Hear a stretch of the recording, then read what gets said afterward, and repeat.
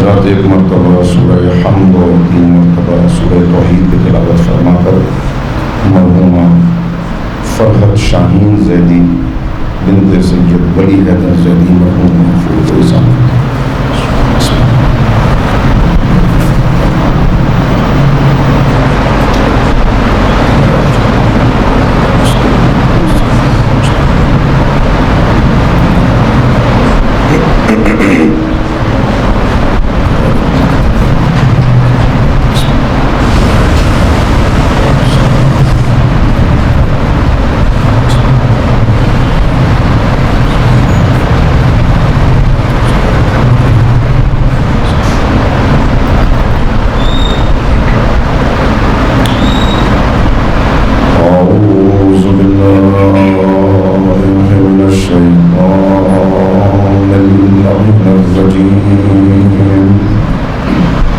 بسم اللہ الرحمن الرحیم الحمد للہ رب العالمین وبہ نستعین وہو المعین والصلاة والسلام علی سید الانبیاء والمرسلین سیدنا ونبینا وشفیع ذنوبنا وطبیب قلوبنا بالقاسم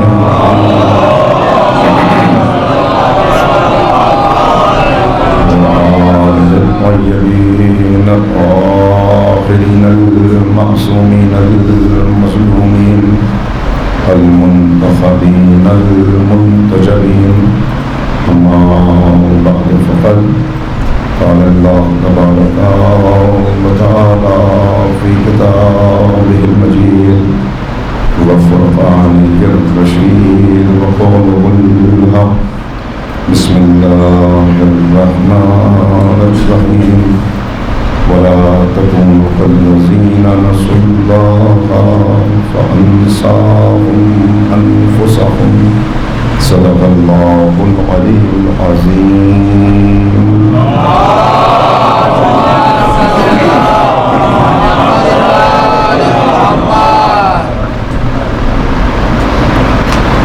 حضرات علماء کرام، بزرگان محترم و نوجوانان عزیز، قرآن کریم کے سورۃ الحشر کی 19ویں آیہ کریمہ، جسے اس سے پہلے بھی متعدد مرتبہ میں نے آپ کی خدمت میں تلاوت کرنے کی عزت حاصل کی ہے. پیغام آیہ کریمہ کا بہت اہم ہے. وَلَا تَكُونُوا كَالَّذِينَ نَسُوا اللَّهَ، مت بن جانا ان لوگوں کی طرح کہ جنہوں نے اللہ کو بھلا دیا. جب انہوں نے اللہ کو بلایا تو اللہ نے ان کے ساتھ کیا کیا؟ فَأَنْسَاهُمْ أَنفُسَهُمْ، وہ اللہ سے غافل ہوئے، اللہ نے ان کو انہی سے غافل کر دیا. متعدد مرتبہ اس آیہ کریمہ پر آپ سے گفتگو ہوئی ہے اور میں نے آپ کی خدمت میں یہ عرض کیا ہے کہ غفلت ایسا مرض ہے کہ جس کے لیے آقا فرماتے ہیں کہ ہر نشہ دنیا میں ٹوٹ جاتا ہے،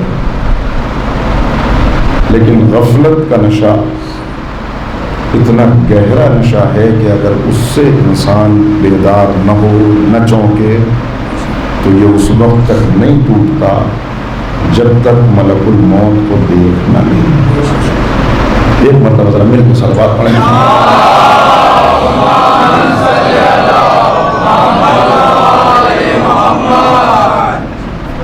ائمہ خدا کی زندگی کا اولین مقصد، جو میں نے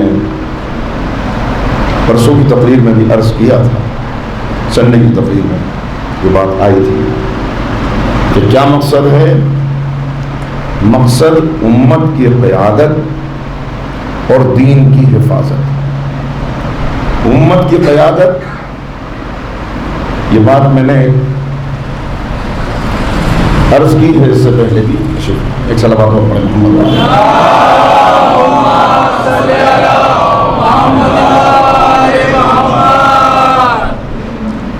یہ بات اس سے پہلے بھی عرض کی کہ یہ واضح رہے ہر ایک کے ذہن میں کہ اہل بیت علیہم الصلاۃ والسلام وہ شخصیات ہیں کہ ہمیں ہر قدم پر ان کی رہنمائی کی ضرورت ہے. اور یہ ہم کہہ دیتے ہیں ان کی عظمت کے اعتبار سے کہ اہل بیت کو ہماری ضرورت نہیں ہے، ہمیں ان کی ضرورت ہے.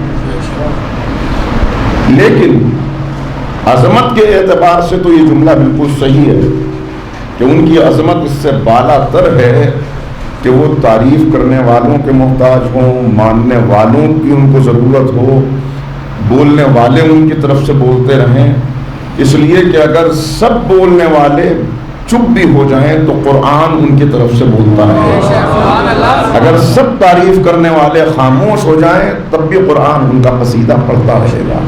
تو عظمت کے اعتبار سے یہ بات صحیح ہے کہ انہیں ہماری ضرورت نہیں ہے.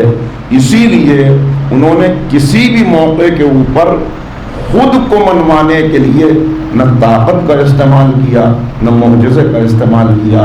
یہ بات ابھی پرسوں کی تقریر میں عرض کی تھی کہ ان کی پوری زندگی کا ایک ہی مقصد تھا کہ وہ بندوں کے درمیان اللہ کا تعارف کرائیں، معرفت خدا کی طرف بندوں کو دعوت دیں. اسی لیے جب کوئی معجزہ دکھایا، جب کوئی ایسا موقع آیا، فوراً سجدے میں سر رکھ کے بتایا تم آؤ ہماری طرف، ہم تمہیں لے جائیں گے خدا کی طرف. خواب غفلت میں مبتلا نہ رہنا، بیدار ہو جانا، کہیں ایسا نہ ہو کہ زندگی غفلت میں گزر جائے. لہذا ہر قدم ان کا بیداری کے لیے ہے. انہوں نے تلوار اٹھائی تو بیداری کے لیے، انہوں نے صلح کی تو بیداری کے لیے، وہ بولے تو معاشرے کی بیداری کے لیے، وہ خاموش رہے تو بیداری کے لیے. ان کا ہر قدم، ان کی خاموشی بھی ایک زبان ہے. 25 برس تک مولا خاموش رہے، مگر میں آپ کی خدمت میں عرض کروں 25 برس مولا کی خاموشی اور 35 سال بظاہر امام زین العابدین کی خاموشی، یہ معصومین کی خاموشی ہے. مگر معصومین کی خاموشی بھی ایک زبان ہے، اسے سننے کے لیے ان کانوں کی ضرورت ہے جو سماعتوں پر ہمیشہ آواز دستک دیتی ہے وہ وہاں تک پہنچ جائے. لہذا ہمیشہ دعوت دیتے ہوئے اپنے عقائد کو درست کرو، اپنے اعمال کو درست کرو. ہر معصوم کے دور میں الگ الگ چیلنجز ہیں. امام کی سیرت کے متعلق عرض کر چکا ہوں اور مجھے علم ہوا کہ کل بھی بہترین تقریر امام کی سیرت پر ہوئی ہے. لیکن سید الساجدین زین العابدین حضرت علی بن الحسین علیہ السلام، تھوڑی سی آواز صحیح کیجیے، آواز گڑبڑ ہو رہی ہے. ایک صلوات اور پڑھیے.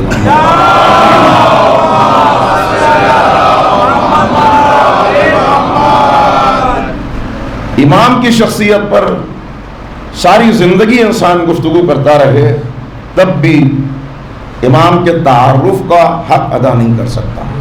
جو خدمات امام نے کی ہیں، جو جہاد کیا ہے اسلام کے معاشرے کی حفاظت کے لیے اور دین کی حفاظت کے لیے، اس کا بیان کرنا یقیناً 1-2 تقریروں 10-20 تقریروں کے اندر ممکن نہیں ہے. کس انداز کی زندگی ہے، ایک ایک لمحہ دیکھتے چلے جائیں. اور اسی لیے ائمہ کے دور میں یہ واقعات آپ کو ملیں گے کہ لوگ جو چاہنے والے تھے، چونکہ ایسا فسق و فجور پھیلا ہوا تھا، معاشرہ ایسا مادیت کی طرف بڑھ رہا تھا اور اتنا زیادہ غلبہ تھا حکومت کا اور حکومت کے پھیلائے ہوئے اس جال کا کہ جہاں خرید لیا گیا تھا ان لوگوں کو جن کا معاشرے کے اوپر کوئی اثر تھا، جن کی کوئی بات تھی. آپ دیکھیں، محسوس یہ ہوتا تھا کہ اپنے اپنے ایمان کی گٹھڑیاں سروں پر رکھے ہوئے سب نے دربار کا رخ کر لیا ہے اور دربار سے تھوڑی سی دولت حاصل کرنے کے لیے دربار کی بات، دربار کا مشن لوگوں تک پہنچانا، پھیلانا اور لوگوں کو ان کا ہمنوا بنانا، یہی گویا مقصد زندگی قرار دے دیا ہے۔ مسلسل آپ کو یہ نظر آئے گا، اور پھر انسان ایسے میں تصور کر سکتا ہے کہ جو مرغ و ماہی کے سجے ہوئے دسترخوانوں کی خوشبو پر اپنا ایمان قربان کر دیتے ہوں، کیا ان کی زبان کبھی حق بول سکتی ہے؟ گوشت کا لوتھڑا بن کے رہ گئی تھی زبان، اور حق بولنے کے لیے یہ زبانیں آمادہ نہ تھیں۔ ایسے میں اور مشکل تھا امام زین العابدین علیہ السلام کا کام۔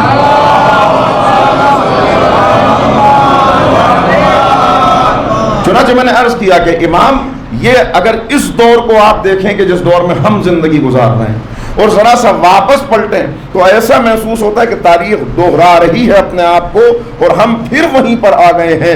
ویسا ہی مادیت کا حملہ ہے، دجالیت کا فریب ہے، ہر طرف سے ایسا محسوس ہوتا ہے۔ جو بات میں نے پرسوں کی تقریر میں بھی عرض کی کہ محسوس یہ ہوتا ہے کہ نوجوانوں کی عفت و عصمت، معاشرے کے اندر ایمان کا خاتمہ، اس کے لیے ہر اعتبار سے، ہر رخ سے کوشش کی جا رہی ہے۔ سازشیں ہیں، مختلف قسم کی سازشیں ہیں، فریب نظر ہیں جن میں مبتلا کرنے کی سراسر کوششیں ہیں۔ ایسا دور میں نے عرض کیا کہ اس وقت بھی چونکہ گزرا، لہذا لوگ آتے تھے امام کی خدمت میں۔ آنے والا امام محمد باقر علیہ السلام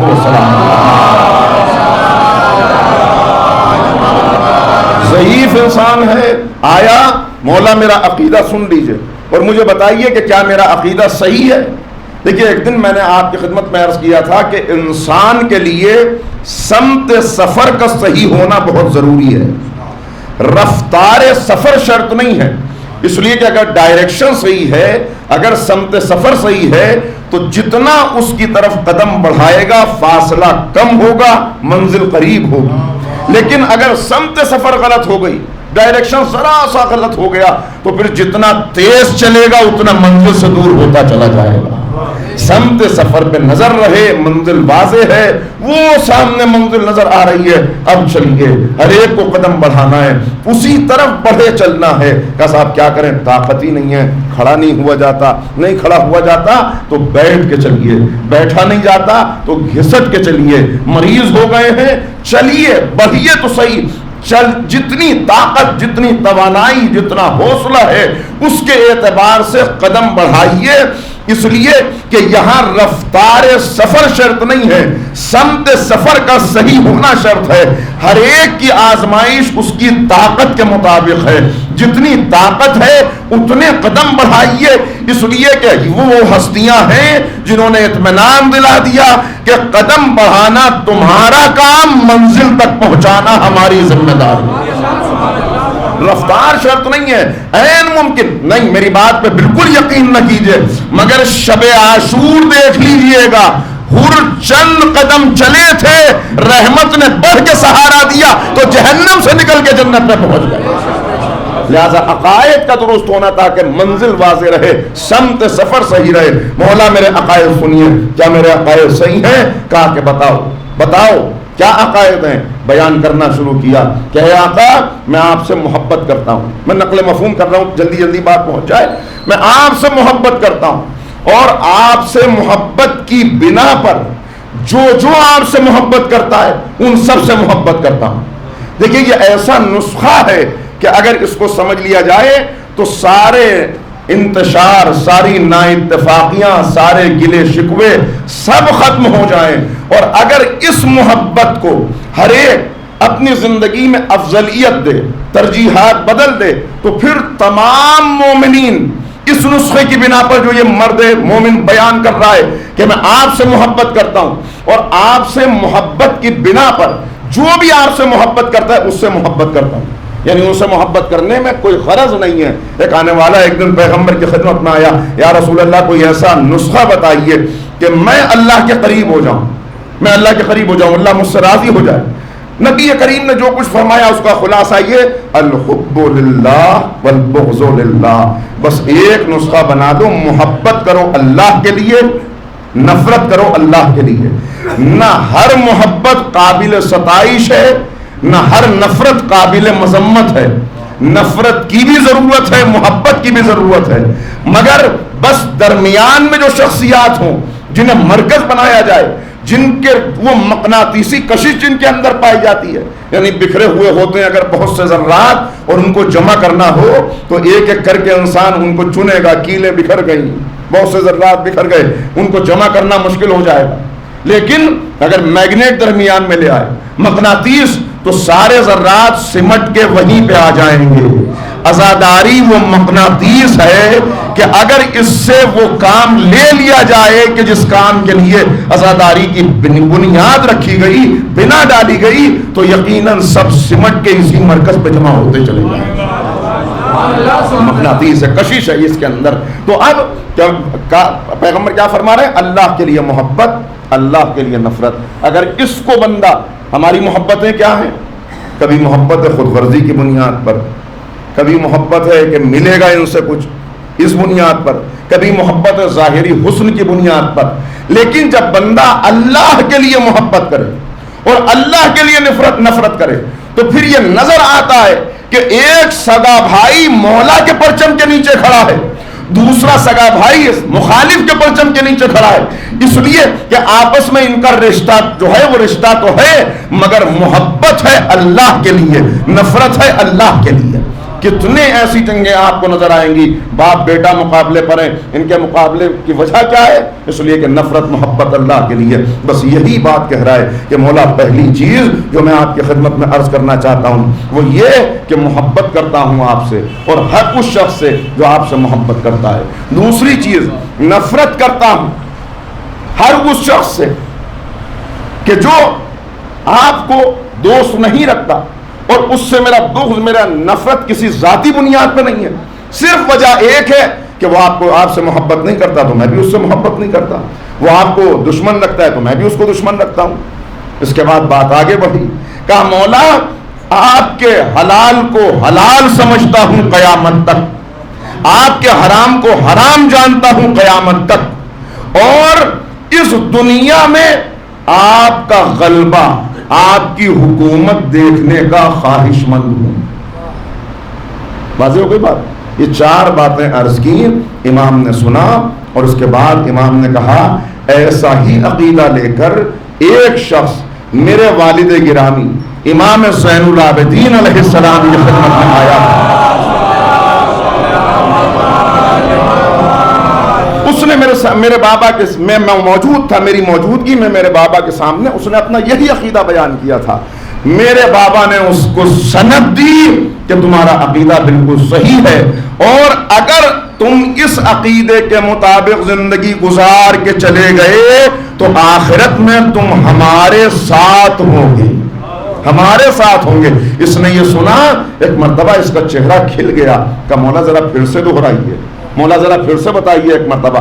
امام نے پھر سے یہ باتیں دہرائیں تو یہ رونے لگا، آنکھوں میں اس کی آنسو آ گئے، کہا مولا میرا دل خوش ہو گیا کہ میں صحیح راہ پر قدم بڑھا رہا ہوں۔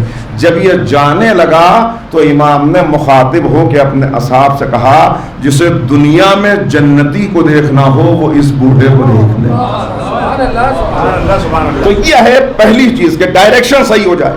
اس کے لیے پورا جہاد ائمہ کا، جس میں سے کچھ باتیں بیان کر چکا اور کچھ اس وقت جلدی عرض کرنا ہے تاکہ باتیں بس پہنچ جائیں اور ایک حد تک بات رک جائے۔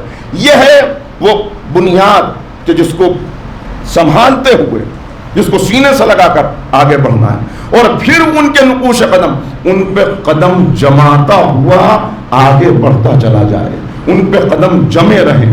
یہی ہر موقع کے اوپر امام فرما رہے ہیں کہ بس ہمارے نقوش قدم پہ قدم جمائے رکھو اور پھر پرواہ نہ کرو، پھر بڑھتے چلو۔ ہاں اس راہ میں مصیبتیں آئیں گی، مولا فرما رہے ہیں ہمارے چاہنے والوں کی طرف مصیبتیں اتنی تیزی سے آتی ہیں جیسے سیلاب کا پانی نشیب کی طرف آتا ہے، نشیب کی طرف آتا ہے۔ ہر قدم پہ امتحان ہوگا، ہر قدم پہ آزمائش ہوگی، جتنا ان سے زیادہ وابستگی ہوگی اتنا ہی شدید امتحان ہوگا۔ جن کے رتبے ہیں سوا، ان کو سوا مشکل ہے۔ تو ان آزمائشوں کے لیے اپنے آپ کو تیار کر کے جب قدم بڑھائے اور اب معاشرے کے اندر یہ سینے میں اپنے محفوظ کر کے یہ نور آگے بڑھے، تو اب معصوم فرماتے ہوئے نظر آتے ہیں کہ بس اگر تم نے اس کو سنبھال لیا سمجھو کہ خواب غفلت سے بیدار ہو گئے. اب اور پھر راز بیان کر رہے ہیں کہ سنو، حارث حمدانی سے گفتگو ہو رہی ہے اور حارث حمدانی سے امام کہہ رہے ہیں کہ حارث پیغام، بس صرف پیغام سناتا ہوا آگے بڑھ رہا ہوں. اے حارث، موتو قبل ان تموت، مر جاؤ اس سے پہلے کہ تمہیں موت آ جائے. موت آنے سے پہلے مر جاؤ. علماء تشریف فرما ہے، اہل علم موجود ہیں. کیا پیغام ہے؟ موت آنے سے پہلے مر جاؤ، یعنی ہر ایک کو اس دنیا میں مرنا ہے. حضرت اسرائیل کی ملاقات ہر ایک سے ہوگی، مگر موت آنے سے پہلے مر جاؤ. موت آنے سے پہلے مر جاؤ. عزیزو، مرنے کے بعد انسان کی وراثت تقسیم ہوتی ہے. مرنے والا مر گیا، اب اس کی وراثت ایک ہے، اس کی مادی وراثت. مادی وراثت کے لیے وارث کا زندہ ہونا اور مالک کا مر جانا. شوہر زندہ ہے، زوجہ کو وراثت نہیں مل سکتی. باپ زندہ ہے، وراثت بیٹے کو ملے گی جب چلا جائے. دوسری ہے روحانی وراثت. ایک مرتبہ صلوات پڑھیں ذرا محمد والے.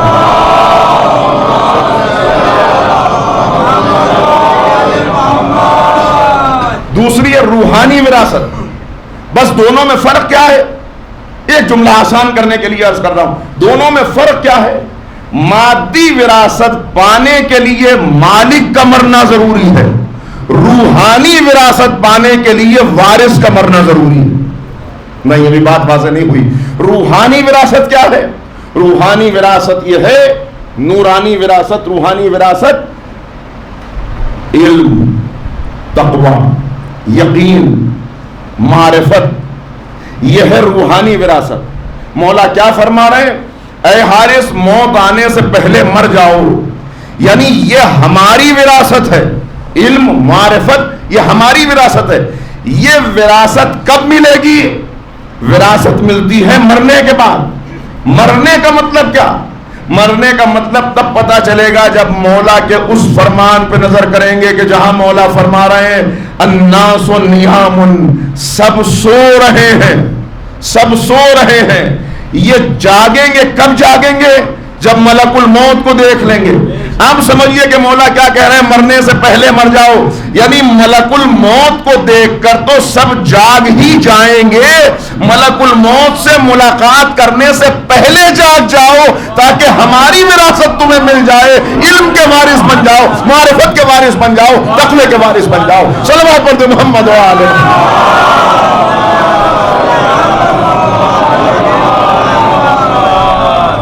وارث بنتے چلے جاؤ گے. کب؟ جب اپنے آپ کو جگا لو اس دنیا میں. مولا فرما رہے ہیں دو طرح کے افراد ہیں. سید الساجدین کہہ رہے ہیں فرزندان دنیا ہیں اور فرزندان آخرت ہیں. فرزندان دنیا کی بات جانے دیجئے، میں اس وقت بتا رہا ہوں وقت کو. فرزندان آخرت کون ہیں؟ امام ان کا تعارف کرا رہے ہیں کہ پہچانو فرزندان آخرت کو وہ کون ہیں. اللہ نے ہر انسان کو 4 آنکھیں دی ہیں. 2 آنکھیں یہ ہیں جو اس کے چہرے پہ ہیں، 2 آنکھیں وہ ہیں جو اس کے دل میں موجود ہیں. فرزندان آخرت وہ ہوتے ہیں کہ جن کی دل کی آنکھیں کھل جاتی ہیں، انہیں اپنی منزل صاف نظر آتی ہے. اور جب انہیں اپنی منزل نظر آنے لگتی ہے تب تم انہیں اس دنیا میں دیکھو تو ان کی کیفیت عجیب ہوتی ہے. وہ دن کو جب نکلتے ہیں دن کے اجالے میں تو انتہائی بردبار، ذہین، اپنے آپ کو سنبھالے ہوئے، اور رات کی تاریکی میں جب تم انہیں دیکھو تو وہ گریہ وزاری کرتے ہوئے نظر آتے ہیں. ان کے چہرے آنسوؤں سے تر ہو جاتے ہیں. کثرت عبادت کی وجہ سے ان کے بدن باریک ہو جاتے ہیں. جب لوگ انہیں دیکھتے ہیں تو انہیں بیمار سمجھتے ہیں کہ شاید یہ بیمار ہے، جبکہ وہ اس جسم کے بیمار نہیں ہیں، بیمار عشق الہی ہیں. بیمار عشق الہی ہیں. لوگ انہیں دیکھتے ہیں تو انہیں دیوانہ سمجھتے ہیں، جبکہ وہ دیوانے نہیں ہیں، وہ اہل یقین میں ہیں کہ جنہوں نے اپنی آنکھوں سے جنت کو اس کے رہنے والوں سمیت دیکھ لیا۔ یہ آنکھیں کھل گئی نا، جنت کو رہنے والوں سمیت دیکھ لیا ہے، جہنم کو ان کے اہل سمیت دیکھ لیا ہے۔ لہذا ان کی یہ پریشانی، ان کی یہ دیوانگی جو لوگوں کو نظر آتی ہے، یہ اسی سبب ہے کہ وہ اہل یقین ہیں۔ یہ ہے وہ ہستیاں۔ اب جو میں نے بات شروع میں کہی کہ اہل بیت کو، یہ بات سچ ہے کہ اپنی عظمت کے اعتبار سے ہماری ضرورت نہیں ہے، لیکن اہل بیت کو اپنا مشن آگے بڑھانے کے لیے ہر قدم پہ ہماری ضرورت ہے۔ ہمیں ان کی ضرورت ہے، انہیں ہماری ضرورت ہے۔ ہمارا بھی کوئی نہیں سوائے ان کے، اور ان کا بھی کوئی نہیں سوائے ہمارے۔ کاش کہ ہم ویسے بن جائیں کہ وہ کہہ سکیں کہ ہاں یہ فرزندان آخرت ہیں، اور جب فرزندان آخرت بن جائیں گے تو پھر اہل بیت کہتے نظر آئیں گے میرا ایک بازو تھا جو ٹوٹ گیا، مالک اشتر کیا گیا، میرا بازو ٹوٹ گیا، بازو ٹوٹ گیا، میرا ایک بھائی تھا، کاش آج وہ زندہ ہوتا۔ یہ کس کو یاد کر رہے ہیں؟ کبھی ابو ذر کو یاد کر رہے ہیں، کبھی جعفر طیار کو یاد کر رہے ہیں، اس لیے کہ یہ ہیں وہ ہستیاں کہ جن کو یاد کر کے پیغام دے رہے ہیں، بتا رہے ہیں کہ دیکھو دنیا میں سب موجود ہیں، مگر کچھ ہیں جو غفلت میں مبتلا ہیں، کچھ ہیں جو بیدار ہیں۔ جو بیدار ہیں ان کی دل کی آنکھیں کھلی ہوئی ہیں، جن کی دل کی آنکھیں کھلی ہیں وہی ہیں جو ہماری تحریک کو آگے بڑھا سکتے ہیں، وہی ہیں جو اس دنیا میں ہماری حکومت دیکھنا چاہتے ہیں۔ چار باتیں کہی نا اس نے کہ آخر میں کیا، میں آپ کا غلبہ دیکھنا چاہتا ہوں، آپ کی حکومت دیکھنا چاہتا ہوں۔ حکومت کس پہ کی جائے گی؟ حکومت کس پہ کی جائے گی؟ بس یہی فرق ہے، یہی فرق ہے کہ دنیا والے جب حکومت کرنا چاہتے ہیں تو چاہتے ہیں سارا معاشرہ غفلت میں مبتلا ہو جائے تاکہ ہم ان پہ حکومت کر سکیں۔ اہل بیت چاہتے ہیں کہ سب بیدار ہو جائیں تاکہ ہماری حکومت قائم ہو سکے، سب بیدار ہو جائیں تو ہماری۔ آیت اللہ تقی بافقی علماء تشریف فرما ہے، بڑے مرد بزرگ، کئی مرتبہ ان کی ملاقات امام زمانہ عجل اللہ تعالیٰ فرجہ الشریف۔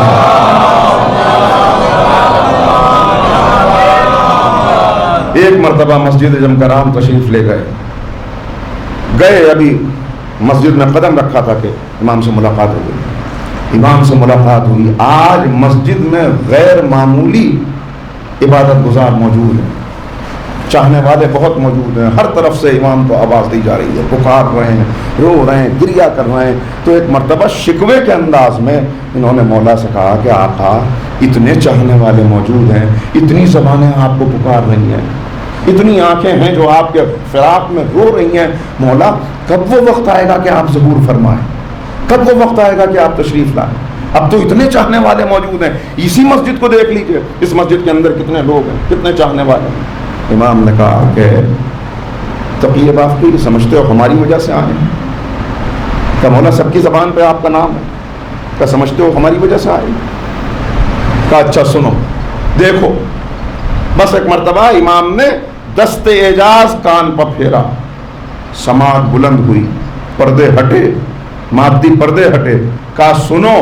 اب جو سنا تو عالم ربانی کہتے ہیں کہ اب جو سنا تو جتنے لوگ موجود تھے، کوئی کہتا تھا اولاد چاہیے، کوئی کہتا تھا مکان چاہیے، کوئی کہتا تھا ملازمت چاہیے، کوئی کہتا تھا شفا چاہیے، ہر ایک اپنا اپنا درد بیان کر رہا تھا، ہر ایک اپنی اپنی بات امام کی خدمت میں عرض کر رہا تھا۔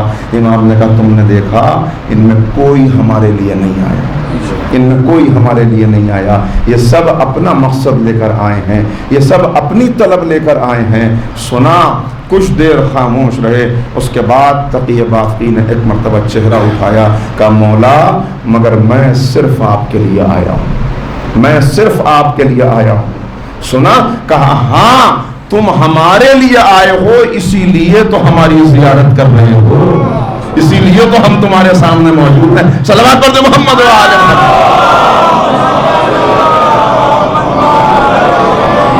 یعنی وہ وہی جملہ جو کئی مرتبہ میں نے دہرایا کہ غیبت میں امام نہیں ہے، غائب ہم ہیں، جس دن ہم واپس آ جائیں گے امام بھی ظہور فرما لیں گے۔ دل کی آنکھیں بلند صلوات پڑھ دیجیے نا تعجیل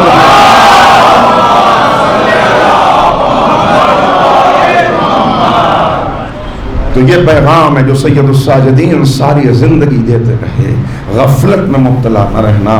عرض کر چکا ہوں، صرف ایک لائن میں دوہرا کے اس گفتگو کو کا خلاصہ کہ کیا کیا اقدام کیے امام نے، کیسی غفلت میں معاشرہ ہے۔ امام دیکھ رہے ہیں کہ یہ رسمی دین پر راضی ہو چکے ہیں، دین ان کے زبان تک ہے، کہ جسے سید الشہداء نے ارشاد فرمایا تھا کہ کیا ان الناس عبید الدنیا والدین لائق علی السنتہم، دین ان کے نو کے زبان تک ہے، ان کے خون کے قطروں تک نہیں پہنچا، اعضاء و جوارے تک نہیں پہنچا، ان کے قلب تک نہیں اترا، زبان تک دین ہے۔ یہ نعرے لگاتے ہیں بڑے بڑے، یہ باتیں کرتے ہیں بہت زیادہ، مگر جب آزمائش ہوتی ہے، جب امتحان کی گھڑی آتی ہے، جب دین کہتا ہے بتاؤ کیا قربان کر سکتے ہو ہماری راہ میں، اولاد دے سکتے ہو، جان دے سکتے ہو، مال قربان کر سکتے ہو، تجارت میں گھاٹا برداشت کر سکتے ہو، اس وقت دین پر باقی رہنے والے قلت دیانون، مختصر افراد، چند لوگ ہیں جو اس وقت دین پہ باقی رہتے ہیں۔ اکثریت اپنے دین کا سودا کر لیتی ہے، اکثریت اپنے لیے ہلاکتیں خرید لیتی ہے، بربادی خرید کر اپنی زندگی کو تباہ کر لیتی ہے۔ امام دیکھ رہے ہیں کہ یہ وہ افراد ہیں کہ جو دین پر راضی ہیں، مگر کون سا دین؟ جو ان کی شخصیت کو نہ بدل سکے، وہ دین جو ان کی زبان تک محدود رہے، وہ کلمہ جو صرف لب و دہن کا اسیر بن کے رہ جائے، یہاں سے آگے نہ بڑھ سکے۔ اسی لیے میں نے تفسیر سے عرض کیا تھا، اسی لیے یہ معصوم سے رشتہ توڑ کر صرف سجدے کر رہے ہیں، یہ سمجھ رہے ہیں کہ ہاں ابھی حسین کو شہید کر لو، اس کے بعد نماز بھی پڑھنی ہے، تکبیر کے نعروں کے ساتھ سید الشہداء اور ان کے رفقا پہ حملہ ہو رہا ہے۔ امام دیکھ چکے ہیں اس غفلت میں یہ معاشرہ مبتلا ہو چکا ہے۔ ایسی غفلت میں مبتلا معاشرے کو بیدار کرنا یہ آسان نہیں ہے، آسان نہیں ہے۔ کن حالات میں سید الساجدین نے منصب امامت سنبھالا، عرض کر چکا ہوں، انتہائی دردناک حالات ہیں کہ جہاں لاشیں بکھرے پڑے ہیں، شام غریباں کی تاریکی ہے، خیمے جلے ہوئے ہیں، بچوں کے رخساروں پہ تماچے لگ چکے ہیں، کان زخمی ہیں، عجب عالم ہے۔ اور اس وقت امام غش کے عالم میں ہیں، غش کے عالم میں ہیں۔ شہزادی غش سے بیدار کرتی ہیں، پہلا فتویٰ پھوپھی اماں نکل جائیے، امامت کا آغاز ہوا، اور اس کے بعد 34 سال تک دیکھتے چلے جائیے کہ پھر جو بیمار تھا، جسے ہم آج تک بیمار سمجھ رہے ہیں، پھر جسے دنیا بیمار سمجھ رہی تھی، وہ مسیحائے امت بن کے اٹھا، وہ نباز قوم بن کے کھڑا ہوا، اس لیے کہ وہ بیمار تو وقتی طور پہ، اصل تو معاشرے کو زندہ کرنے کے لیے، معاشرے کا علاج کرنے کے لیے ہے۔ اب معاشرے کا علاج کر رہے ہیں، اپنوں کا نہیں غیروں کا بھی بلاتے ہیں۔ کس انداز سے امام نے خدمات کو انجام دیا، باتیں عرض کر چکا، صرف وہ اسٹیپس ایک لائن میں دوہرا کے اور بات کو آگے بڑھا رہا ہوں۔ پہلی چیز امام نے کیا کی؟ اب خطبات نہیں دے سکتے، اب وہ موقع نہیں ہے، لہذا خطبات کو دعاؤں کے سانچے میں ڈال دیا، خطبات کو دعاؤں کے سانچے میں ڈال دیا۔ اب دعاؤں کی صورت میں امام کے خطبے، بندہ رب سے گفتگو کر رہا ہے، بندہ اپنے معبود سے راز و نیاز کر رہا ہے، کون ہے جو روک سکتا ہے، اعتراض کر سکتا ہے؟ یہ طریقہ امام نے اختیار کیا۔ حقوق پامال ہو رہے تھے، رسالت الحقوق وجود میں آئی، رسالت الحقوق کے ذریعے سے حقوق کا تعارف کرایا، اور معاشرے کی بیداری کے لیے امام نے آنسوؤں کا سہارا لیا۔ وہ آنسو جو کبھی خوف خدا میں بہ رہے ہیں اور کبھی کربلا کو یاد کر کے بہ رہے ہیں۔ آنسو کی طاقت ہے جو سید سجاد بتا رہے ہیں۔ ایک آنسو وہ ہے جو ہم بہاتے ہیں، ایک آنسو وہ ہے جو سید سجاد نے بہائے ہیں، ایک آنسو وہ ہے جو ہم بہا رہے ہیں، ایک آنسو وہ ہے جو حضرت سکینہ نے بہائے ہیں۔ تم ان آنسوؤں کو بہا رہے ہو، کاش کہ تم ان آنسوؤں کی معرفت حاصل کر لیتے، ان آنسوؤں کی طاقت کو پہچان لیتے۔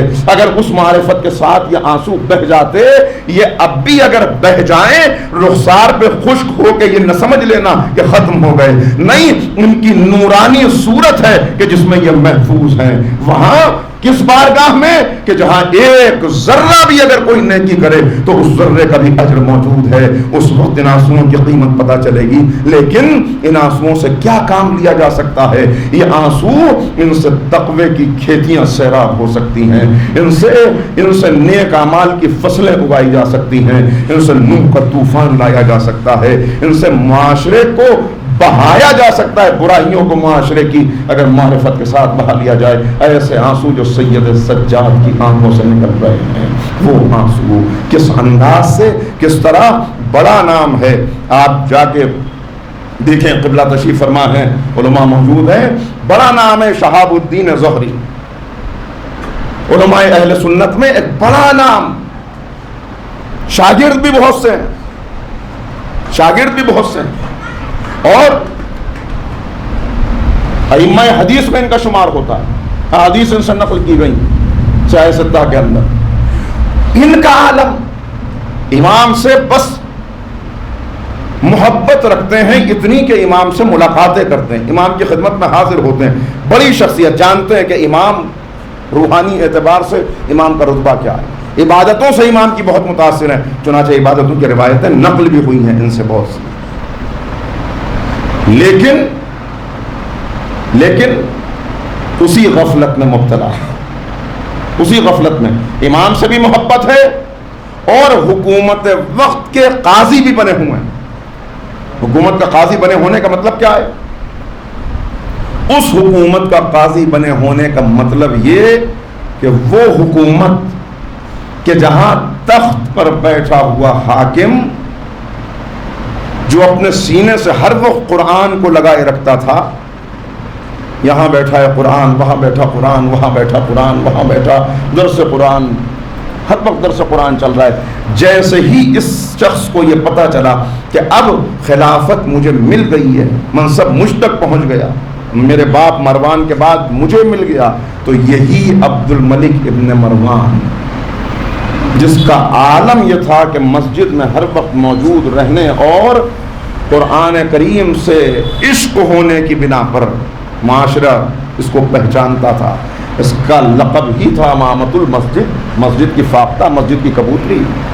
جیسے ہی معلوم ہوا کہ مجھے منصب مل گیا، اب میری زبان کانپ رہی ہے، میں کیسے عرض کروں، قرآن کو شراب کے حوض میں ڈالا اور کہا ھذا فراق بینی و بینک، بس آج سے تیرا راستہ الگ، میرا راستہ الگ، اب میرا خود سے کوئی تعلق نہیں. اور اس کے بعد جو ظلم اس شخص نے کیے ہیں، ایسے حاکم کا زمانہ ہے کہ جس میں امام کو تبلیغ کرنی، ایسے حاکم کا زمانہ ہے جس میں امام کو تبلیغ کرنی، جس نے کیا کچھ کیا اور کتنا کیا میں کیا آپ کی خدمت میں عرض کروں، بس اشارتاً عرض کر رہا ہوں جلدی سے تاکہ بات واضح ہو جائے.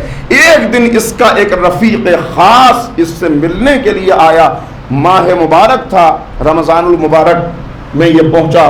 یہ اپنے محل کے تہخانے میں موجود تھا، وہیں چونکہ وہ بے تکلف دوست تھا، وہ اس کا خاص آدمی تھا، لہذا وہیں پہنچا دیا گیا.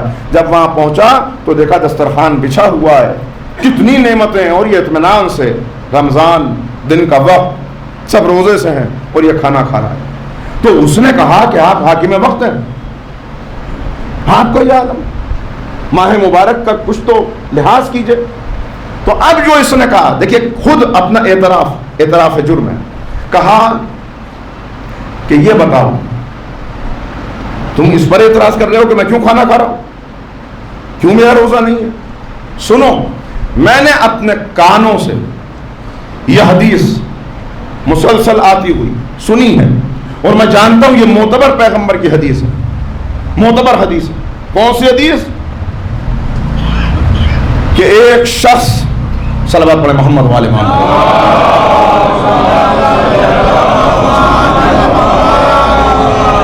ذرا سا سہمت فرما لیجیے، اور ٹریفک بھی متاثر ہو رہا ہے.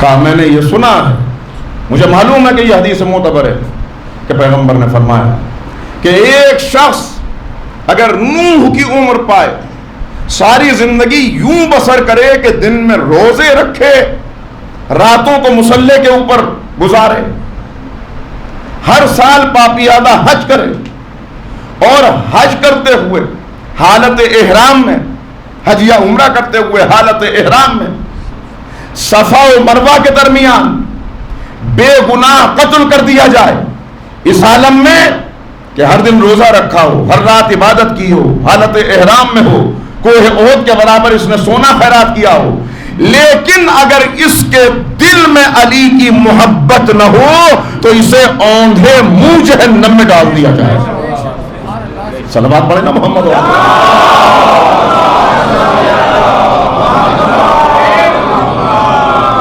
کہا کہ مجھے معلوم ہے یہ حدیث معتبر ہے اور میں اپنے دل کو اچھی طرح دیکھ چکا، اس میں کوئی علی کی محبت ایک ذرہ بھی موجود نہیں، تو پھر بھوکا مرنے سے کیا فائدہ؟ جب مجھے جانا ہی جہنم میں ہے تو میں بھوکا کیوں مروں؟ یہ ہے کافر کی پہچان۔ مومن گناہگار بھی ہو تو مایوس نہیں ہوتا، اہل بیت کی محبت اسے مایوس نہیں ہونے دیتی۔ کتنے گناہ ہیں مگر آؤ تو صحیح پلٹ کے، دروازہ کھلا ہوا ہے، آؤ واپس آ جاؤ، دروازہ کھلا ہوا ہے، لیکن کیا آدھا۔ تو ایسا شخص اس کے دور میں امام زندگی گزار رہے ہیں، اور ایسے شخص کی طرف سے قاضی ہے شہاب الدین زہری۔ ایک مرتبہ خواب دیکھتا ہے، میں نے عرض کر دیا کہ قاضی ان کا محبت امام سے بھی کرتا ہے، محبت امام سے بھی کرتا ہے، امام کی خدمت میں بھی چھپ چھپ کے حاضر ہوتا ہے، حکومت کو خبر نہ ہو، پتہ نہ چلے، امام سے بھی عقیدت۔ ایک مرتبہ خواب دیکھتا ہے کہ میں خضاب لگا رہا ہوں، اور خضاب لگاتے ہوئے میرے پورے ہاتھ خضاب میں رنگین ہو گئے۔ اس کی تعبیر معلوم کرتا ہے تو کوئی معبر اس کو بتاتا ہے کہ عنقریب تو کوئی ایسا جرم کرنے والا ہے کہ کسی بے گناہ کے قتل میں، خون میں تیرے ہاتھ رنگین ہو، اس کے قتل میں تو ملوث ہو۔ اس نے سوچا، پھر غور کیا، نہیں میری طبیعت، میرا مزاج، میں ایسا تو نہیں کر سکتا کسی بے گناہ کو قتل کر دوں۔ پھر اس کی عدالت میں کوئی مقدمہ آیا، اور جب مقدمہ آیا تو وقت ایسا، جو بھی حالات اس وقت ہوئے ہوں، اس نے فیصلہ کر دیا، اس شخص کو سزائے موت دے دی گئی۔ اس کو سزائے موت دینے کے بعد اسے پتا چلا کہ وہ بے گناہ تھا، گواہیاں جھوٹی تھیں، مجھ سے غلطی ہو گئی، اور جو کچھ میں نے دیکھا تھا خواب میں اس کی تعبیر سامنے آ گئی۔ بڑا پریشان ہوا، نیک انسان تھا، بڑا پریشان ہوا، شہر چھوڑ دیا، سب سے ملنا جلنا ترک کر دیا، رشتہ داروں سے، عزیزوں سے، سب سے تعلق ترک کر کے صحرا میں چلا گیا۔ امام کو علم ہوا ظاہری کہاں ہے، بہت دن سے نہیں آیا، کہ مولا اس کا معاملہ یہ ہے، اب صحرا میں چلا گیا۔ امام نے سنا، بنفس نفیس امام اس صحرا میں تشریف لائے۔ مولا تعارف کرا رہے ہیں، امیر المومنین رسول اللہ کا تعارف کرا رہے ہیں۔ عرض کیا تھا اس دن کہ پیغمبر کون ہے؟ کہا وہ طبیب نہیں جو کہیں اپنا مطلب کھول کے بیٹھ جاتا ہو، بلکہ معاشرے کا وہ طبیب جو ہر گھر پہ دستک دے کے کہتا ہو ہے کوئی بیمار جس کا علاج کر دیا جائے۔ بنفس نفیس امام تشریف لائے، دیکھا بال بڑے ہوئے ہیں، کپڑے کثیف ہو گئے ہیں، رونے کی وجہ سے نشان بن گئے رخساروں پر۔ کہا کہ یہ تمہارا کیا حال ہے؟ کہ مولا میں تباہ و برباد ہو گیا، ایک شخص کا قتل میرے سر ہے، خون میرے سر، غلط فیصلہ ہو گیا۔ امام نے کہا تیرا وہ گناہ اتنا بڑا نہیں تھا جتنا بڑا یہ گناہ کہ تو رحمت خدا سے مایوس ہو گیا، رحمت خدا سے مایوس ہو گیا۔ تو نے عمدن قتل نہیں کیا، صحرا کی زندگی کو ترک کر واپس پلٹ، وارثوں سے ملاقات کر، ان کو راضی کر، اور اس کے بعد اپنی زندگی کو خدمت خلق کے لیے وقف کر دے۔ بس چونک گیا، جاگ گیا، خواب سے بیدار ہوا، واپس آیا عملی زندگی میں، ملاقات کی، وارثوں کو راضی کیا، اور اس کے بعد اب جو زہری کی زندگی اس کے بعد نظر آتی ہے، تو پھر تانا دیتے تھے لوگ اس بنیاد پر اسے، اور اس سے کہتے تھے کہ تمہارے رسول نے تم سے کیا کہہ دیا، یعنی امام کے تعلق سے تانا دے کے کہتے تھے کہ تو گویا ان کو ماننے لگا، تو نے ان کو رسول سمجھ لیا ہے اپنا، تیرے رسول نے تجھ سے کیا کہہ دیا. اور یہ تھا کہ اب امام کی خدمت میں مسلسل حاضر ہو رہا ہے. تو یہ ایک فرد کی بات امام کی خدمت میں مسلسل آ رہا ہے. اور امام کی عبادتوں کی روایات بہت ساری. یہی وہ شخص ہے کہ جس نے یہ بیان کیا جب اس سے پوچھنے والے نے پوچھا کہ تم علی ابن الحسین کو زین العابدین کیوں کہتے ہو، تو کہا اس لیے کہتا ہوں کہ رسول اللہ کی حدیث مجھ تک پہنچی ہے کہ پیغمبر نے فرمایا کہ میدان محشر میں آواز آئے گی اینا زین العابدین، اس وقت میرے بیٹوں میں سے ایک بیٹا علی ابن الحسین حاضر ہوگا اور وہی زین العابدین ہوگا. صلوات پڑھیں محمد و آلہ.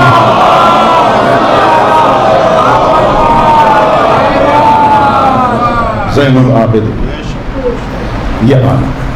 اور اب یہی بس بات آ گئی تو اسی کو آگے بڑھا دوں، وقت تو اب ہے نہیں کہ جو باتیں عرض کرنا چاہتا تھا وہ آپ تک پہنچا سکوں. مجلس کا دورانیہ بہت طویل ہو جاتا ہے. اگر تمام حضرات عبادت کی نیت سے مختصر اپنا کلام پیش کر کے آگے بڑھیں تو ذرا سا پہلے ختم ہو جائے مجلس اور تقریر کرنے والے کو بھی زیادہ وقت مل جائے. مہاراج سب کا وقت قیمتی ہے اور یہ مومنین کی محبت ہے کہ ایک کے بعد ایک مسلسل مجلسیں ہو رہی ہیں اور سب اس میں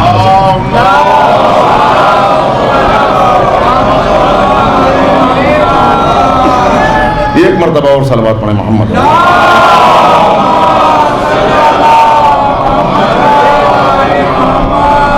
بس باقی چیزوں کو چھوڑتے ہوئے جو چیزیں چاہتا تھا کہ ترتیب سے کچھ چیزیں آ جائیں تو یہ پیغام امام کا. اور اب بتا رہے ہیں، اب کہہ رہے ہیں جو ہماری پریکٹیکل لائف کے لیے امام کے پیغامات ہیں وہ 2-3 سن لیجیے. تو پہلی چیز، گناہ ہو گیا، گناہ ہوگا اس لیے کہ ہم معصوم نہیں ہیں، مگر ایک بات آپ کی خدمت میں عرض کروں. کوئی جملہ میرے نوجوانوں کو چاہتا ہوں کہ آپ صحیفہ دل پہ لکھ لیں اس جملے کو کہ گر جانا عیب نہیں ہے، گرے رہنا عیب ہے. پیر پھسلے گا، انسان گرے گا، مگر ایک باعمل انسان وہ ہے جو کھڑا ہو جائے، اپنے کپڑے جھاڑے، پھر اپنے سفر کا آغاز کر دے.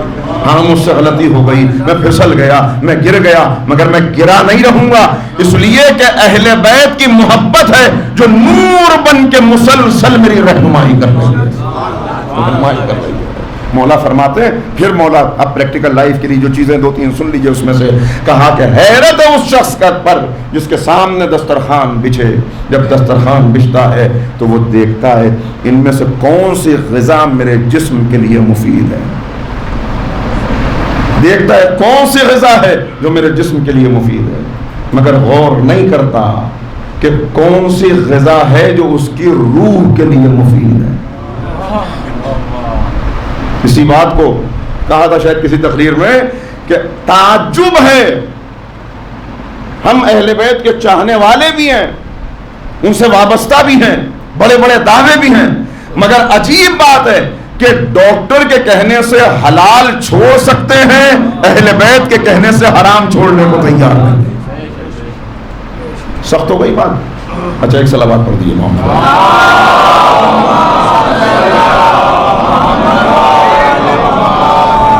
بالکل اسی انداز سے مولا ارشاد فرما رہے ہیں، امیر المومنین علیہ الصلوۃ والسلام ارشاد فرماتے ہیں ایک موقع کے اوپر کہ ایک انسان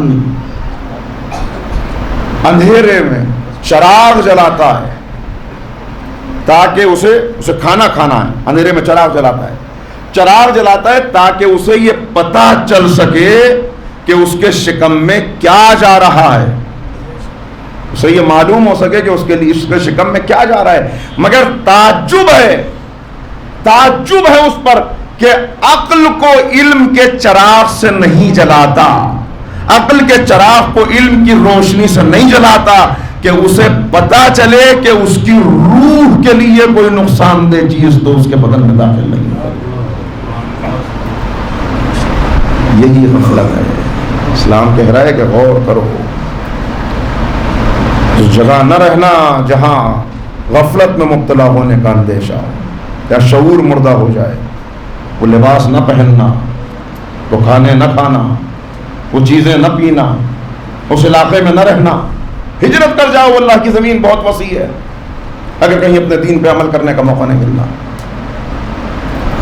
اس بات کو میری بہت سے نوجوان نہ سمجھ سکیں گے اس وقت، اس لیے کہ وہ یہاں کی سرزمین پر رہ رہے ہیں، لیکن یہی بات اس کی کتنی جب باہر جاتے ہیں، اپنے ملک سے باہر جاتے ہیں، اس وقت معلوم ہوتا ہے کیا چیلنجز ہیں، کس قسم کے چیلنجز۔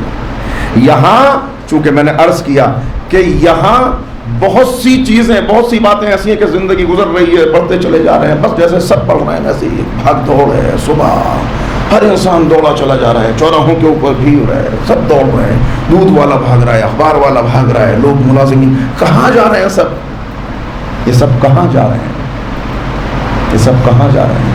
یہ جا رہے ہیں اس لیے ان میں کی اکثریت کس لیے جا رہی ہے کہ زیادہ سے زیادہ آرام و آسائش کا سامان مہیا کر سکیں، جوانی میں زیادہ چیزیں کما لیں تاکہ بڑھاپا آرام سے گزر جائے۔ اور ان میں کچھ وہ بندگان خدا ہیں جو نکلے ہیں اپنے گھر سے اور ان کا مقصد یہ ہے کہ اللہ کے حکم کے مطابق حلال روزی حاصل کریں تاکہ بچوں کے شکم میں لقمہ حرام نہ جانے پائے، اور اگر کچھ بچ جائے تو حکم شریعت پہ عمل کرتے ہوئے معاشرے کے اندر جو غریب ہیں، یتیم ہیں، بے وارث ہیں، ان کے ساتھ حسن سلوک کر سکیں۔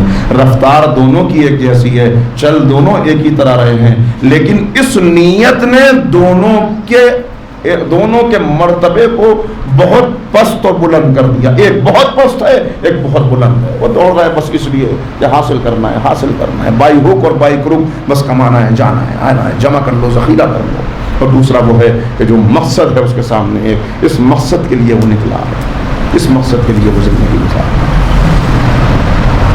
عرض کیا شاید اس سے پہلے بھی کہ مولا فرماتے ہیں ہر انسان کو اللہ نے یہ پیٹ دیا ہے، جب یہ خالی ہوتا ہے تو کہتا ہے مجھے بھر ورنہ تجھ کو رسوا کر دوں گا، جب بھر جاتا ہے تو کہتا ہے مجھے خالی کر ورنہ تجھ کو رسوا کر دوں گا۔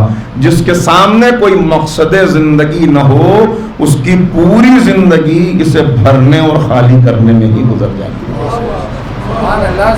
بھرنے اور خالی کرنے میں گزر جاتی ہے۔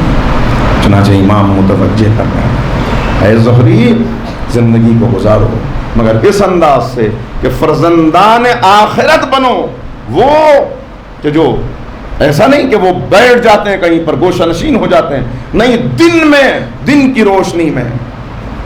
قرآن کریم کہہ رہا ہے شداء علی الکفار رحماء بینہم، جب اللہ کے دشمنوں کے مقابلے پر نکل جاتے ہیں تو سیسا پلائی ہوئی دیوار ہوتے ہیں، فولاد صفت بن جاتے ہیں، اور جب اپنوں کے درمیان آ جاتے ہیں، اپنوں کے درمیان آ جاتے ہیں تو مہربان، جیسے زخموں پہ کسی نے مرہم رکھ دیا ہو، ٹھنڈک پڑ گئی آنے والا۔ کیا ہمارا معاملہ بھی ایسا ہی ہے؟ بس اب وہ سب ارے بھائی میں چاہ رہا ہوں اب یہ آ رہے ہیں، دیکھیے یہ آئیں گے، کچھ باتیں کہیں گے، پھر بات نکلے گی، پھر یہ ہوگا وہ۔ تو ہر قدم پر محاسبے کی ضرورت ہے۔ میں جانتا ہوں بات بہت خشک ہو گئی، لیکن بس اس بات کو آخر کلام تک لانے کے لیے ایک مرتبہ اور صلوات پڑھیں محمد والے۔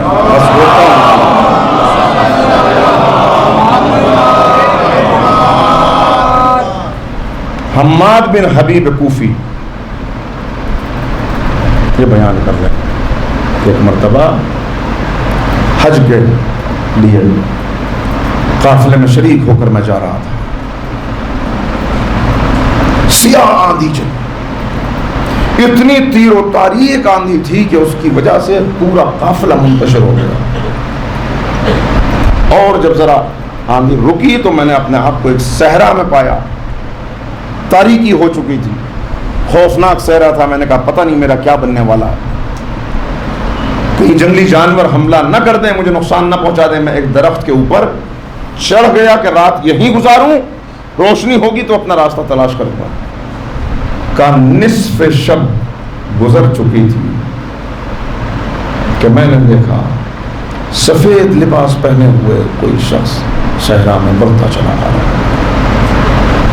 جس درخت کے اوپر میں نے پناہ لی ہوئی تھی اسی درخت کے پاس آ کر وہ رکا، پہلے مجھے ذرا ڈر محسوس ہوا، پھر میں نے دیکھا کہ اس نے مصلی بچھا دیا، تو میرے دل کو اطمینان حاصل ہوا کہ کوئی اللہ والا ہے جو اس صحرا میں عبادت کے لیے آیا۔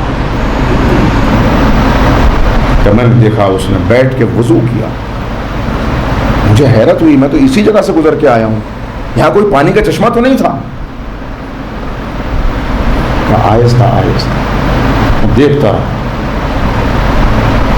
اس کے بعد کھڑے ہو گئے، اس نے تکبیر کہی، کہا تکبیر کا عالم یہ تھا کہ جب وہ تکبیر میرے کانوں میں آئی میرے بدن کے رونگٹے کھڑے ہو گئے، بدن کے رونگٹے کھڑے ہو گئے، میں اپنے آپ کو روک نہ پایا، میں درخت سے اترا،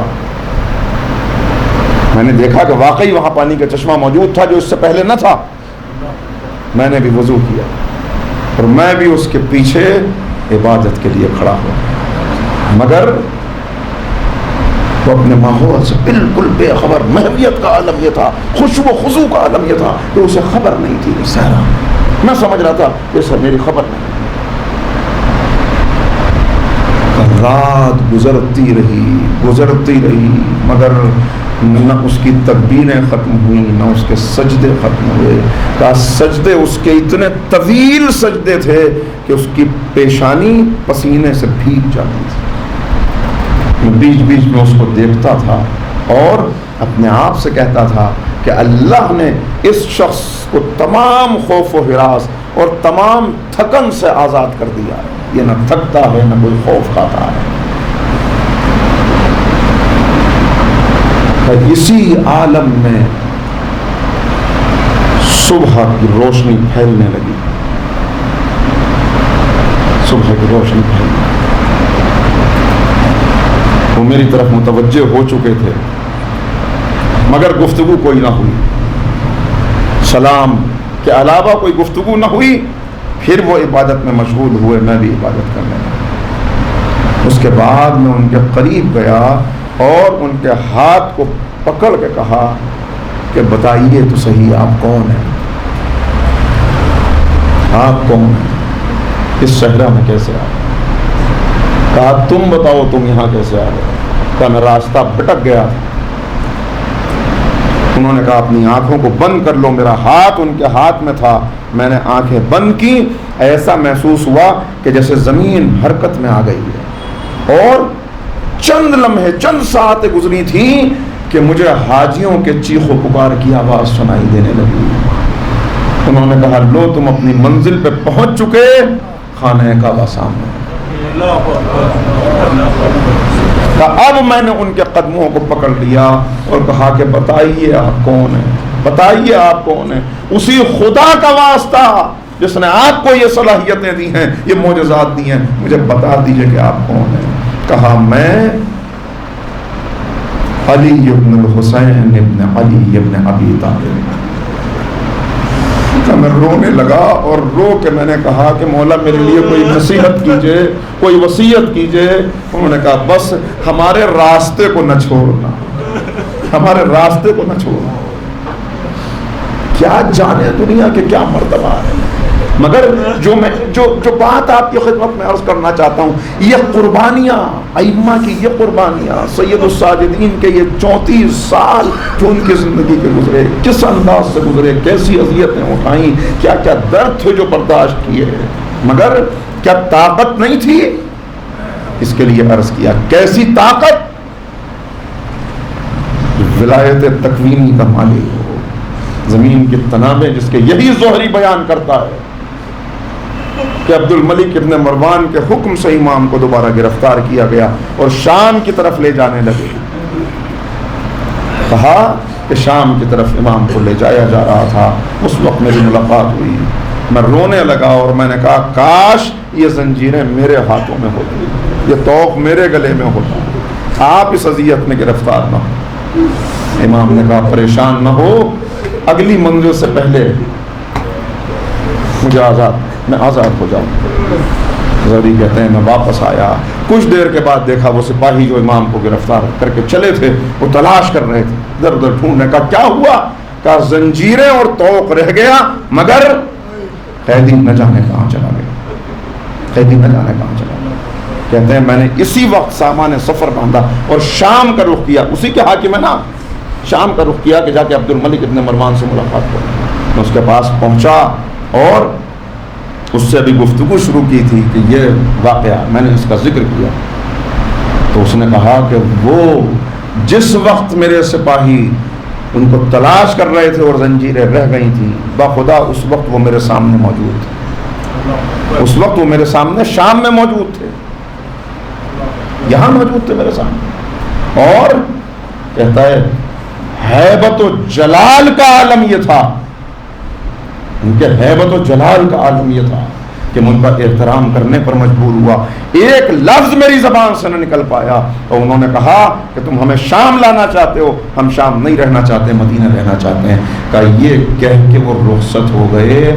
اور اے زہری تو اپنا آدمی ہے, اس لیے تجھ کو بتاتا ہوں ایسی ہیبت میرے اوپر طاری ہوئی کہ جب وہ چلے گئے اور میں نے تنہائی میں اپنے آپ کو دیکھا تو میرا لباس نجس ہو چکا تھا ہیبت کی وجہ سے.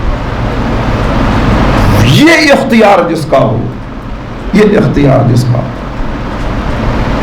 پھر اس کی زندگی کیسے گزر رہی ہے کہ پوچھنے والے نے پوچھا, کنیز سے پوچھا کہ یہ تو بتا امام کی زندگی کیسے گزری شہادت کے بعد. کہا ان کے بارے میں کیا بتاؤں کہ جن کے لیے دن میں کبھی دسترخوان نہیں بچھایا, رات میں کبھی بستر نہیں لگایا. کہا ایسا کیوں؟ کہا اس لیے کہ دن میں ہمیشہ وہ روزے سے رہتے تھے اور رات پوری رات مسلح عبادت میں گزر جاتی, پوری رات مسلح عبادت میں گزر جاتی. اے سید الساجدین آپ پہ لاکھوں سلام. کیا زندگی تھی آپ کی زندگی, کتنے سجدے امام نے کیے. لقب ہی سجاد پڑ گیا. علماء تشریف فرما ہے اس میں مبالغہ ہے سجاد. کتنے سجدے, ہر قدم سجدے, ہر لمحہ امام سجدے. کسی میں سلو کرا لی سجدہ کیا, کوئی پریشانی دور ہو گئی سجدہ کیا, دعا قبول ہوئی سجدہ کیا. پانچواں امام کہتے ہیں کہ 500 درخت تھے ان کے باغ میں اور ہر درخت کے نیچے 2 رکعت نماز پڑھ کے سجدہ کرتے تھے. ہاں یہاں سجدہ کرنا تو آسان تھا مگر وہ سجدہ جو شام غریب اس وقت کیا کہ جب میدان میں لاشیں بکھرے ہوئے تھے,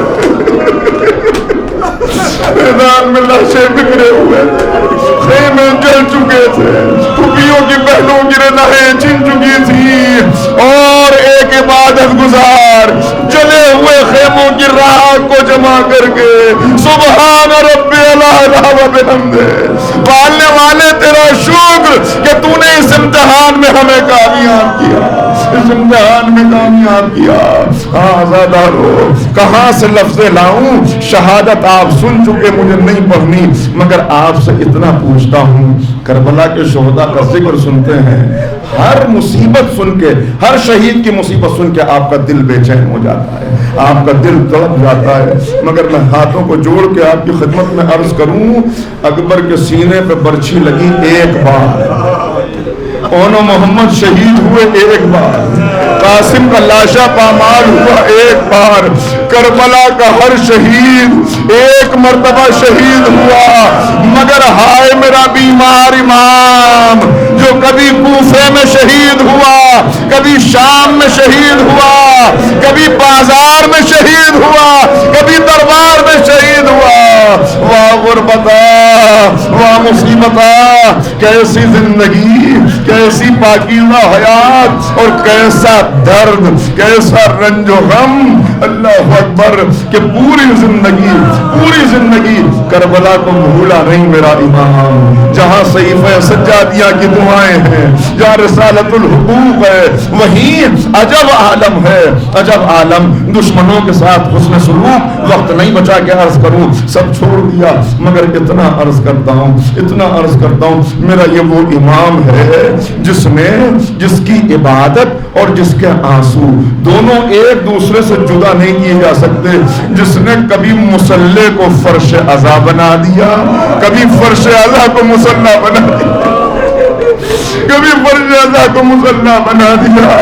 آب وضو ہاتھ میں ہے اور خیال آیا ہاں زادارو آپ نے ہر علی کا تذکرہ سن لیا مگر آپ کی خدمت میں عرض کروں ذرا سینے پہ ہاتھ رکھ کے ایک بات بتائیے گا اس باپ کے دل پہ کیا گزرے گی جس کا بیٹا اس سے پانی مانگے اور وہ اپنے بیٹے کو پانی نہ پلا سکے. سلام کیجئے غربت سید الشہداء پر جو 6 مہینے کے بچے کی پیاس بھی دیکھ کے چلے گئے اور وہ عالم بھی آیا کہ 18 سال کا جوان کھڑا کہہ رہا تھا بابا اگر چند قطرے پانی مل جاتا کہ میرے لال اپنی زبان میرے دہن میں دے دو. اے بابا آپ کی زبان میں تو کانٹے پڑے ہیں آپ کی زبان میں مگر میں آپ کو جو متوجہ کرنا چاہتا ہوں ذرا سب اور کیجئے گا. حسین کے دل پہ کتنا صدمہ ہوگا میرے جوان بیٹے نے مجھ سے پانی مانگا میں اسے پانی بھی نہ دے سکا لیکن کتنی دیر یہ صدمہ رہا یہ غم حسین کو کتنی دیر رہا بھئی کچھ دیر کے بعد تو حسین بھی شہید ہو گئے اکبر کے بعد پہنچ گئے بس میں پہنچ چکا. مجھے اتنا بتائیے حسین تو کربلا میں کچھ دیر بعد شہید ہو گئے مگر زینب تو کربلا کے بعد بھی زندہ رہی لیلا تو کربلا کے بعد بھی زندہ رہی سید سجاد تو بعد کربلا بھی زندہ رہے. یہی تو وجہ تھی جب بھی پانی چلو میں لیتے کربلا رخ کرتے ہائے پیاس واہ مصیبتا نہیں بھولے سید سجاد کبھی نہیں بھولے کہ جب میں چلا تھا میرے بابا کا لاشا منہ کے بل جلتی ہوئی ریت پہ پڑا تھا وہ پامال لاشا کبھی نہیں بھولا میرا مولا. یہی تو وجہ ہے جب کبھی کٹے ہوئے گوشت پہ نظر پڑ جاتی دل بے چین ہو جاتا. دیکھا ذبح کرنے کے لیے قصاب جانور کو لے جا رہا ہے کر رک جا اتنا بتا دے تو نے اسے پانی پلا لیا کا مولا جب تک 3 مرتبہ رخ نہ پھیر لے اس وقت تک ہم جانور کو ذبح نہیں کرتے.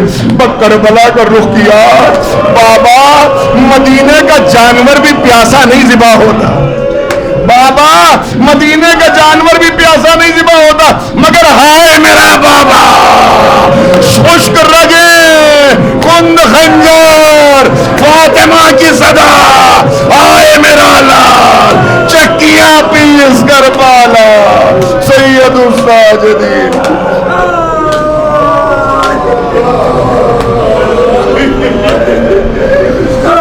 ہمارے رہا اس عبادت کو اپنی بارگاہ میں شرف قبولیت عنایت اہل بیت کے چاہنے والے جہاں جہاں ہے جان مال عزت و آبرو کی حفاظت والے جوانوں کو دین کا سرمایہ قرار بزرگوں کو قوت و توانائی اور طول عمر عنایت فرمائے. ہمارے علماء کرام مراجع اعظام بار الہ ان کا سایہ قادر ہمارے سر معبود پرچم اسلام کو سر بلند فرما پرچم کفر و نفاق کو سر نگوں فرما اسلام کے دشمنوں کی سازشوں کو انہی کی طرف پلٹا. بار الہ اگر دشمنان اسلام ناقابل اسلام ہو تو ان کو نابود فرما. معبود جو بیمار ہیں شفاء کاملہ واجب. تمام حاضرین مجلس کے مرحومین و مرحومات کے درجات کو بلند فرما. بالخصوص جس مومنہ کے لیے فاتحہ کی درخواست کی گئی مرحومہ شاہین صاحبہ کے درجات کو بلند فرما. ایمان کا ظہور میں تاجیل ہمیں ایمان کے انصار و ایمان میں شمار فرما. حضرات ایک مرتبہ سورہ حمد اور 3 مرتبہ اخلاص کی تلاوت فرما کر مرحومہ فرحت شاہین زیدی بنت ولی حیدر زیدی کی روح کو احسان فرما.